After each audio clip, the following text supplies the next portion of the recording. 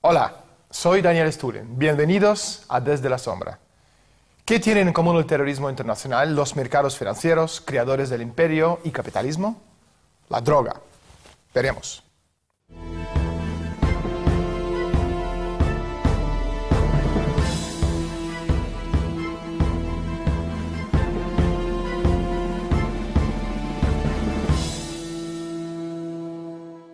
Cambiamos del escenario. Congreso de los Estados Unidos. Un acontecimiento extraordinario. Los altos ejecutivos de Hong Sheng se presentaron ante el Comité del Senado sobre Seguridad Nacional y Asuntos Gubernamentales para enfrentarse a las imputaciones por su papel en las actividades delictivas del blanqueo de dinero relacionado con las drogas y el terrorismo. ¿Sorprendidos?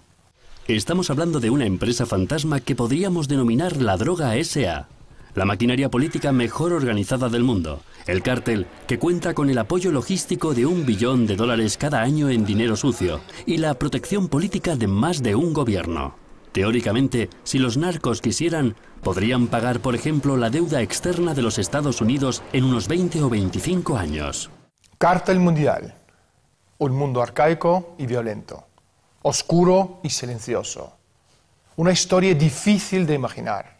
Un pulpo con tentáculos que alcanza todos los rincones del planeta. El sistema basado en la unión de tres componentes: los gobiernos, los bancos y las mafias. ¿Quién lo controla desde la sombra? ¿Qué papel juegan los grandes bancos, los políticos y algunos de los hombres más ricos del mundo? Finalmente, ¿cuál es la solución al problema de las drogas? Los capos de los grandes bancos nos han cerrado la puerta y se han negado a hablar. Fondo Monetario tampoco, ni Banco Mundial. Todos mudos. Hermetismo total. Cosa nostra. Mafia pura. Mafia financiera. ¿Quién puede contestar esas preguntas? Por suerte y desde la sombra, hemos encontrado a la persona justa para arrojar la luz sobre estos asuntos espeluznantes. Pero primero, vamos a salir a la calle y ver qué opinan la gente sobre el asunto de la droga. La droga es el lubricante de la economía mundial. A ver lo que opina la gente sobre este tema. Yo creo que el gobierno, si quisiese retirar la droga, podría quitarla perfectamente, porque si consideramos también droga el tabaco, se podría quitar y poner medios. Lo que pasa es que da mucho dinero al Estado y no les interesa. Pues por una parte creo que tienen que aparentar que haya cierta guerra contra el mundo de la droga, porque es lo lícito y lo esperado por los ciudadanos, pero sin embargo creo que no es así del todo, porque es un medio que tienen los propios gobiernos para inyectar dinero en la economía y tienen intereses en ello, así que supongo que la guerra al final no es tan efectiva como debería serlo, como nos hacen creer que lo es. Yo creo que los gobiernos de una manera o de otra también necesitan vivir de la droga, en cierto modo. Con la droga pues utilizan eso, mueven el dinero de una manera más rápida, tanto las armas. La sociedad, en fin y al cabo, ya está metida de tal manera que necesita el gobierno utilizar la droga para invertir en muchas otras cosas. Pues me imagino que seguro que poquísimo, a lo mejor, no, o sea, incluso, no sé, incluso en un maletín a lo mejor se podría meter. Hombre, ahora con el tema de internet y tal, este rollo, pues supongo que el tema físico no tiene tanto valor, ¿no? Pues, al final no lo vemos nunca el dinero, más que de manera pequeña, con lo cual que ocupe más o menos no es muy importante. Pues yo creo que lo esconden en sus propias casas, incluso cuando se ve en la televisión la policía que ha incautado a un narcotraficante, pues siempre tienen grandes cantidades de dinero en el propio domicilio, escondidas de alguna forma, pero siempre suelen estar dentro de la propia casa o como mucho con camellos, socios que tengan, pero no suele estar en bancos, no lo creo.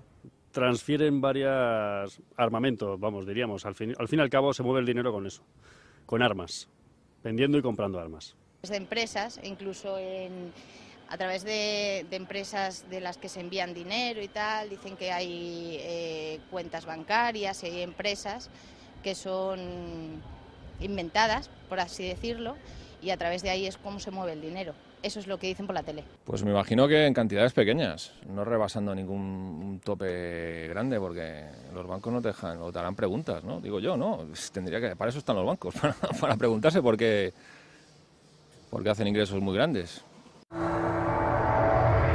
Favelas, droga, bancos. Hemos encontrado una persona que puede despejar todas nuestras dudas. Nuestro invitado hoy es Denis Moll, jefe de sección iberoamericana de Executive Intelligence Review en el movimiento Lyndon LaRouche, economista, coautor de Narcotráfico S.A., prisionero político de Estados Unidos desde 1989 hasta 1991. Hola Denis y bienvenido a Desde la Sombra. HSBC está metidos en un poco de lío. ¿Qué está pasando? Bueno, están en efecto en muchos líos los señores de HSBC, anteriormente conocido como Hong Sheng, y tardaron 150 años para meterse en estos líos, porque este banco es el Banco Central de Narcotráfico S.A. Es el Banco Central de esa institución internacional, cual transnacional de las drogas, que es la que ha controlado el tráfico internacional de drogas desde hace la guerra del opio por allá de los 1860. Denis, un momento, por favor. Desde la Sombra hemos descubierto que el ascenso de Occidente de 1500 a 1900 dependió del comercio de narcóticos. El opio era la primera droga activa que se impuso a la fuerza a una población. Se vendía para obtener beneficios. Esas ganancias fueron a parar a las instituciones que promovían y protegían el tráfico. Entre ellos, las más destacadas eran las compañías de las Indias Orientales británicas y holandesa. Y el HSBC era su creación. Necesitaban guardar su dinero en algún sitio y crearon este banco, HSBC. Denis, sigue por favor. Hong Sheng fue el banco central desde ese momento, sigue siendo el banco central hoy día, y en este caso los agarraron con la mano en la masa, en este caso lavando un poquitito de dinero del narcotráfico y otras cosas desde México, según lo que documentaron en la Comisión Permanente de Investigaciones del Senado de Estados Unidos hace más o menos un mes. El HSBC estaba lavando entre el 60 y el 70% de todo el dinero sucio lavado desde México hacia Estados Unidos. A ver,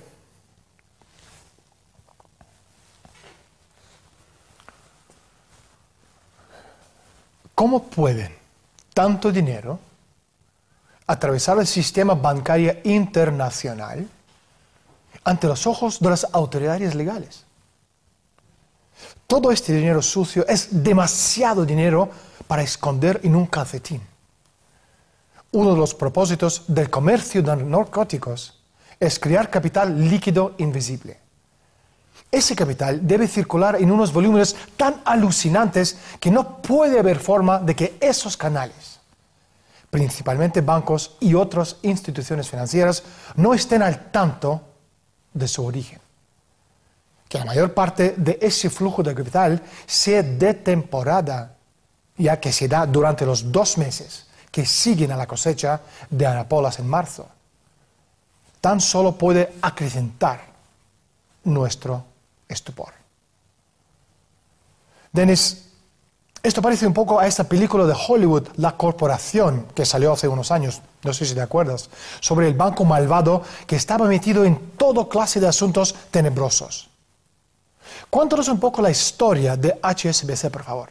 Bueno, el banco HSBC o el Hong Sheng empieza como el banco de la corona británica en Hong Kong, cuando Hong Kong era todavía parte del Imperio Británico. Lo único que ha cambiado esa fecha hasta el presente es que el tráfico se ha vuelto ilegal, pero siguen controlándolo los mismos bancos internacionales. Y ahora estamos hablando de un tráfico internacional de drogas que rinde aproximadamente, según nuestros cálculos, $1 billón al año de dinero sucio, que ha sido muy importante para apuntalar la burbuja especulativa. A ver, $1 billón.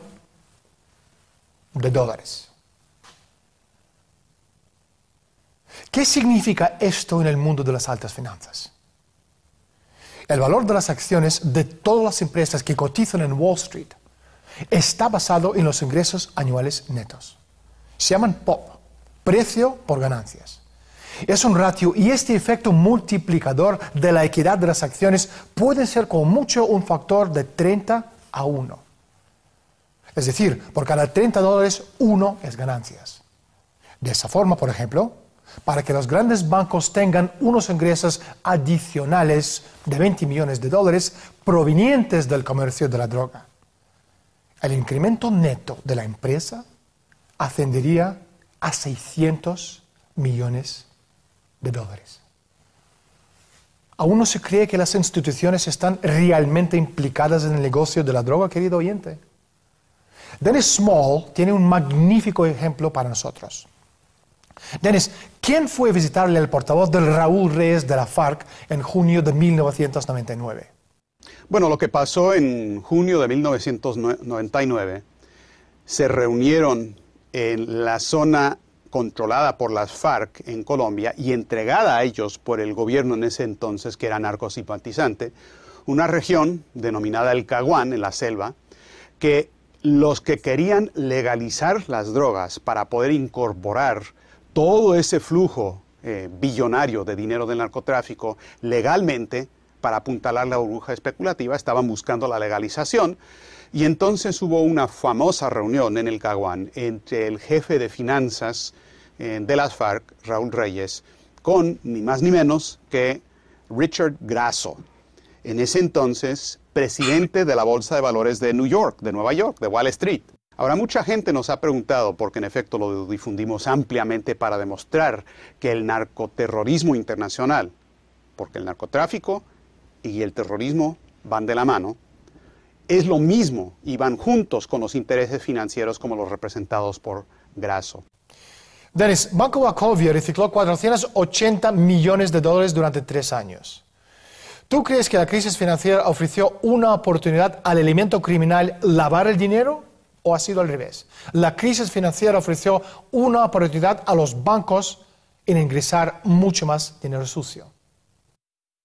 Bueno, este es un caso en la que me gustaría remitirme a 2 expertos con los que comparto una evaluación del tema del narcolavado, que son el zar antidrogas de Rusia, Víctor Ivanov, y el ex jefe de la Oficina Antidrogas de las Naciones Unidas, Antonio María Costa.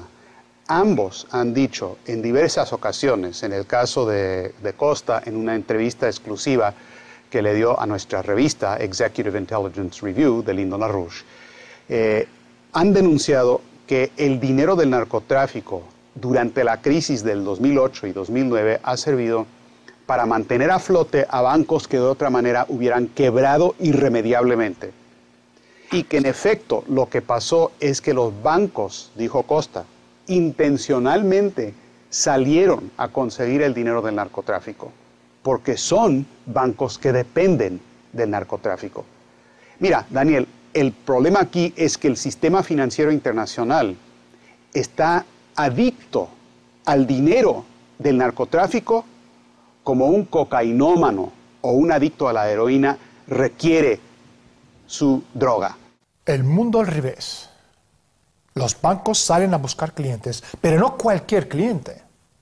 No clientes como ustedes, sino los narcoclientes. De acuerdo con una investigación del Congreso de los Estados Unidos, los bancos estadounidenses y europeos blanquean al año entre 500.000 millones y $1 billón del crimen internacional, la mitad de los cuales los lavan en solitario los bancos de los Estados Unidos. En otras palabras, durante los años 90, los bancos americanos lavaron entre 2,5 y 5 billones de dólares a través de los circuitos financieros estadounidenses. Vamos a volver a hablar con Dennis Small. Dennis, hay gente que a gritos piden legalizar la droga para reducir supuestamente el consumo. ¿Qué les dices? Bueno, la legalización de las drogas ha sido impulsado desde el primer momento por quienes se benefician del narcotráfico, que son los grandes bancos que lo promueven. Y de ahí que George Soros, un gran mega especulador y aliado, asociado a los Rothschilds y otros intereses, ha sido el que más ha financiado los proyectos de legalización de las drogas. Con la legalización de las drogas lo que ocurriría es un aumento dramático de la producción y el consumo, precisamente reduciendo el precio para garantizar que eso se extienda más. Sería una guerra cultural, una guerra como la guerra del opio, para destruir a la población del mundo y mantenerla sumisa, esclava y estupidizada. Dennis, cambiamos la perspectiva. Afganistán 2012. ¿Por qué tanta reticencia por parte de los Estados Unidos en luchar contra la droga en Afganistán? Porque el gobierno de Estados Unidos, el del Barack Obama, fue colocado en el poder por los intereses británicos asociados con el narcotráfico internacional. La historia nos enseña que en los conflictos, por lo menos recientes, la droga, las armas y las agencias de espionaje están entrelazadas. Afganistán no es el único caso. El Salvador, 1982. La CIA usa las ganancias del tráfico de drogas para generar fondos para pagar a las contras de Nicaragua. El Congreso estadounidense niega proporcionar más fondos. Bill Casey, el director de la CIA, en contra del deseo del Congreso, busca de forma desesperada dinero para financiar la guerra ilegal. Entra el coronel Oliver North, del Consejo Nacional de Seguridad. North se convierte en el punto del eje del tráfico de drogas para recaudar fondos para las contras. Pero hay mucho más. Operación X, informe publicado por la ONU, un documento de 40 páginas, una cronología de un plan top secret del gobierno francés en Vietnam. Desesperadamente cortos de dinero, la inteligencia francesa puso en marcha la Operación X, un plan de narcotráfico tan clandestino que solo los más altos mandos franceses y los funcionarios del gobierno vietnamita sabían que existía. Como parte del plan, el Comando Central Aéreo fue utilizado no solo para financiar la operación, sino también para facilitar el procesamiento y la distribución de su producto final, el opio. El gobierno de los Estados Unidos, a través de coronel Lansdale, descubrió la operación y una vez que los franceses perdieron la guerra y dejaron Vietnam, el gobierno americano se hizo cargo de las rutas de las drogas y el narcotráfico. Al final, la guerra de Vietnam se trataba de controlar el comercio de drogas en el sudeste asiático y no de detener el maldito comunismo. De hecho, a finales de 1960, el tráfico de drogas se ha convertido en un instrumento de la política exterior del gobierno americano. La financiación ilícita parece no tener fin. ¿Cuánto tiempo durará? Yugoslavia, Croacia, Kosovo, Chechnya, Azerbaiyán, hoy día Siria, Libia, los conflictos africanos. ¿Quién los financia? ¿Cómo tienen los rebeldes o luchadores por la libertad o simplemente marionetas del poder acceso a un arsenal de tanta potencia? ¿Quién las puso en sus manos? ¿Quién se esconde en la sombra? Vamos a seguir hablando con Dennis Small. Dennis, ¿cuánto dinero se lavó a través de la campaña del presidente o en aquella época candidato Obama en el año 2008? Fue mucha recaudación de dinero a través del Internet, con disque pequeñas contribuciones y aportes de individuos desconocidos. Ahora, para quienes hemos seguido la manera en que el narcotráfico S.A. lava el dinero, esto es exactamente lo que han hecho de tiempo atrás. Si lo hacen por las casas de cambio, por los money exchanges y cosas por el estilo. Hasta aquí en el Departamento de Tesoro le dan un nombre, se llama smurfing, y es cuando individuos llevan una pequeña cantidad para lavar a través de las casas de cambio, pero son muchos individuos. Entonces tenemos ese aspecto de Obama, pero también tenemos los aportes políticos y financieros directos de George Soros. Y George Soros es el que principalmente ha financiado la legalización de las drogas, es un narco. Eso es lo que es George Soros.